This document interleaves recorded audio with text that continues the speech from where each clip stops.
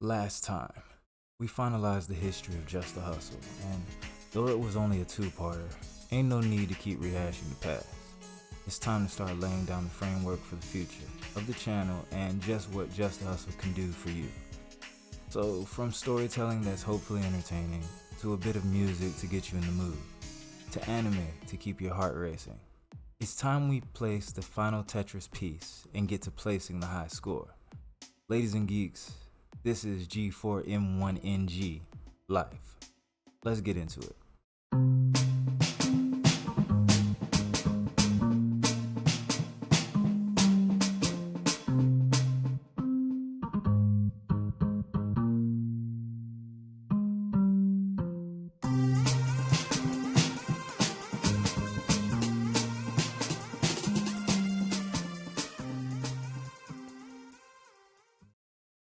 If you'd humor me for a minute, games aren't just a pastime to me.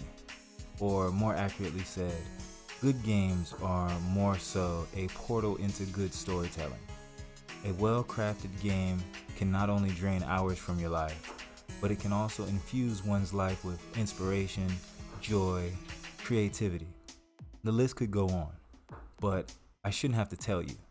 If you're watching, there is no doubt in my mind that there is some form of gaming you partake in. From the simplest to the intricately complex, gaming has transcended storytelling and become interactive art. In so many ways that there was a worldwide debate over the validity of arguing whether the medium is or has the potential to be art. An article by a Forbes writer by the name of Nathan Deardorff wrote, "There is no other medium where the audience or person experiencing it empathizes with it so heavily that they use personal pronouns when describing what they experience. Both entertaining and informative narratives have been passed down throughout the ages from father to child, community to community, and nation to nation. But none of these various forms of storytelling have ever touched as many senses as video games have since their initial introduction. And their reach has only broadened as time has elapsed. Gamers of all ages can now argue over the validity of which console exclusive is the most desired and what game should be hailed best of year, decade, and beyond. Of course, books, film, television, sports of all kinds, and many other forms of entertainment can create conversations such as this. But only video games have been debated so wildly and so passionately despite a consistent evolution within the medium. The first video game was created in 1958 and used a simple display, simple control scheme, and simple objective. Tennis for Two was initially designed for fun. William Higginbotham, a nuclear physicist who lobbied for nuclear non-proliferation, who created the game, stated, "It might liven up the place to have a game that people could play, and which would convey the message that our scientific endeavors have relevance for society." Isn't that crazy? A man who worked on the team that developed the first nuclear bomb went on to create the first ever video game, designed solely as a means of entertainment for the many people that would come to the Brookhaven National Laboratory to learn and witness its many technological, nuclear, physics, and energy research developments. It is reported that due to many of the exhibit's static and non-interactive displays, dozens of people would line up to play Tennis for Two. Brookhaven National Laboratory reports in 1958, when Tennis for Two was first introduced, the oscilloscope display was only 5 inches in diameter. In 1959, the game was improved. A larger screen between 10 and 17 inches in diameter was used, and players could select variations of tennis on the moon with low gravity or on Jupiter with high gravity. He probably did not realize that his creation would spark the imaginations of countless creators and developers, giving birth to Pong, the first commercially successful video game, arguably based off of Higginbotham's Tennis for Two. Nowadays, video games have transcended the screen, becoming interactive mediums through virtual reality, that, like all technology, only continues to grow by leaps and bounds as time progresses. The introduction of home computer games and consoles in the late 1970s opened the door for the incredible world we live in now, where almost everyone owns a means of playing video games of both the solo variety and the multiplayer landscape. Despite the great video game crash of 1983, video games have grown by staggering leaps in technological availability, capability, and acceptance. And it's only getting bigger with platforms like Twitch and YouTube giving gamers access to the means to share their gameplay, tips and tricks, and unique stories from all across the globe.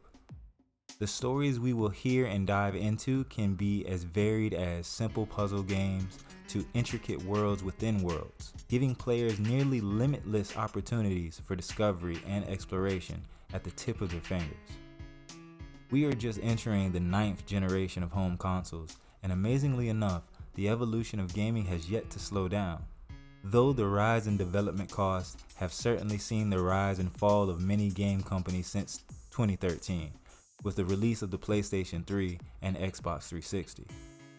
This was almost 10 years ago, and with the next-gen consoles already riding across the horizon, even with the rise of a worldwide pandemic, it's easy to imagine gaming's growth may only be stagnated by horrible business and gaming development practices, such as loot boxes and multiple in-game purchases that do not accentuate gameplay. Only time will tell. Currently, I dabble in so many games it can get overwhelming, but how can I complain? I'm all for the options, and if you call yourself a gamer like me, you're all about the options too.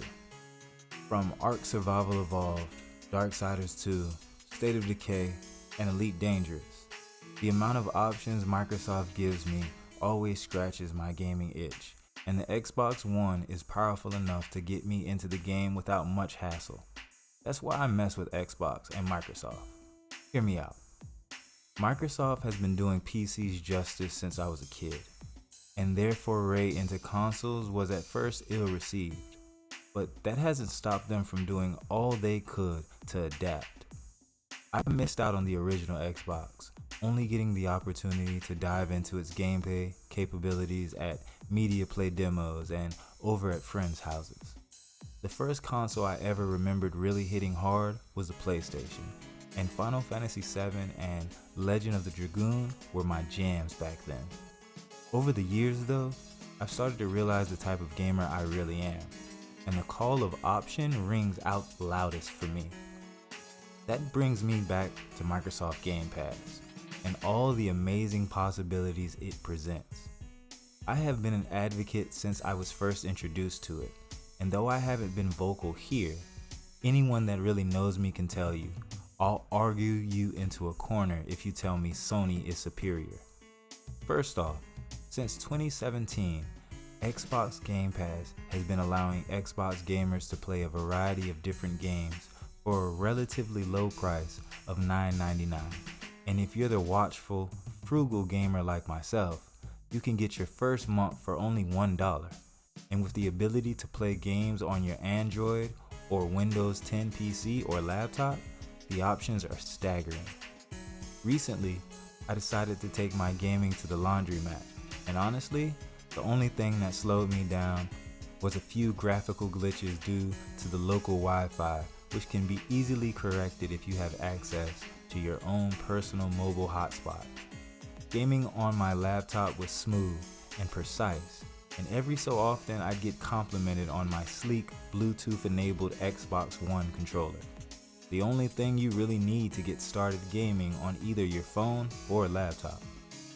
I can't lie and say I'm not excited about Microsoft's recent business acquisitions of Ninja Theory, Obsidian Entertainment, Playground Games, which of course helped create the classic Fabled series, and of course Undead Labs State of Decay 3, currently in development.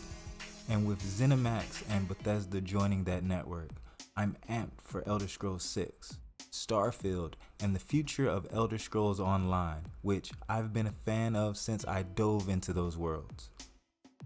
Microsoft has really outdone themselves with bundled deals like Xbox All Access, where for only $34.99 a month or 24 months, you can get everything you need to jump right into next-gen gaming. And with Microsoft exclusives like Forza Motorsport 7, Sea of Thieves, Gears of War Ultimate Edition, Halo, and one of my all-time favorites, State of Decay, perhaps now is one of the best times to see what the team at Microsoft has to offer. With a low entry fee of a Bluetooth-enabled Xbox controller, an Android phone that most people already own, and only $9.99 a month, you couldn't beat all that with a stick. Microsoft is changing the gaming landscape with Project xCloud, and the future of gaming hasn't been brighter. So live a little and see what Microsoft has to offer while the other guys do what they can to catch up. Haters gonna hate, and honestly, it's time for the console wars to end, with cross-platform gaming becoming more and more a reality as technology pushes forward. The only question is, how long will it take for gamers to truly unite? This, of course, is Just a Hustle, and I've been a gamer since 12, if not before, dabbling with many of the original consoles since 1990, on through the 8th generation. As we hop into the 9th, the excitement is palpable, with games like Spider-Man Miles Morales and Cyberpunk 2077 quickly shaping the future expectations of millions of gamers to come. The only question is, what do we play first? As always, I hope you guys are enriched with health and wealth. This is, as always, your humble host, Just a Hustle, and we out. Actually, if you want to catch up with me, come over to twitch.tv G4M1NG L1F3 and say what's up. Until then, we out.